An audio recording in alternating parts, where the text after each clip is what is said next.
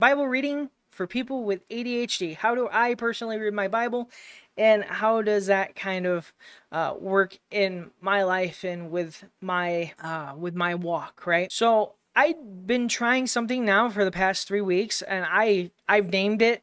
I call it micro Bible readings. Basically, that's just a fancy way of saying small passages. So, like, this would be a good example. Which one is it? This one. Okay. So, like, this would be a good example right here of a micro, quote unquote, Bible reading. Okay. You only have 2 verses, no more than 3. That's the way I do it because I cannot keep my concentration long enough to read the whole chapter.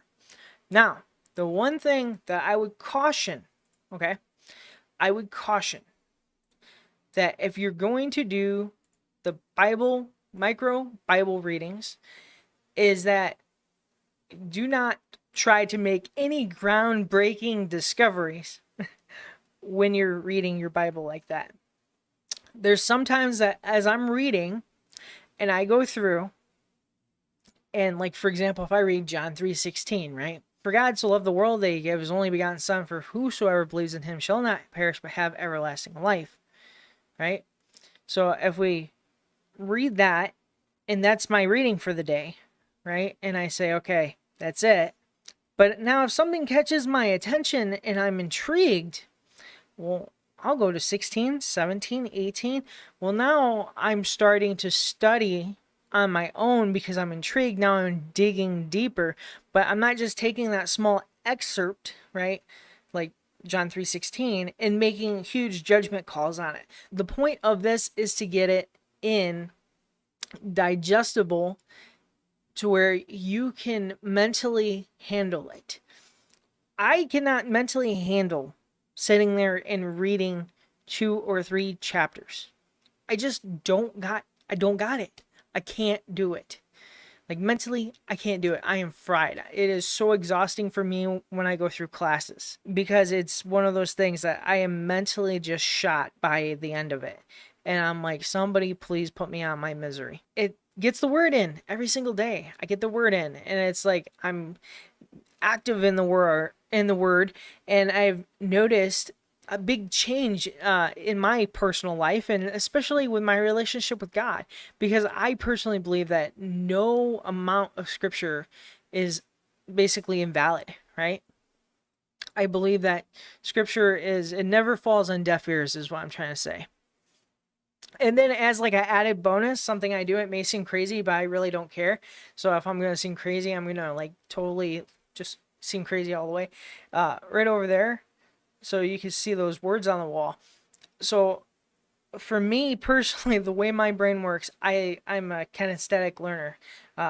If I do something like Bible journaling, it sticks with me more. I kind of just coincide with it more. So is what I do is I go over there and I write the Bible verse. So like if I read John 3:16 today, I go over there and I write John 3:16 on the wall. Why do I do that?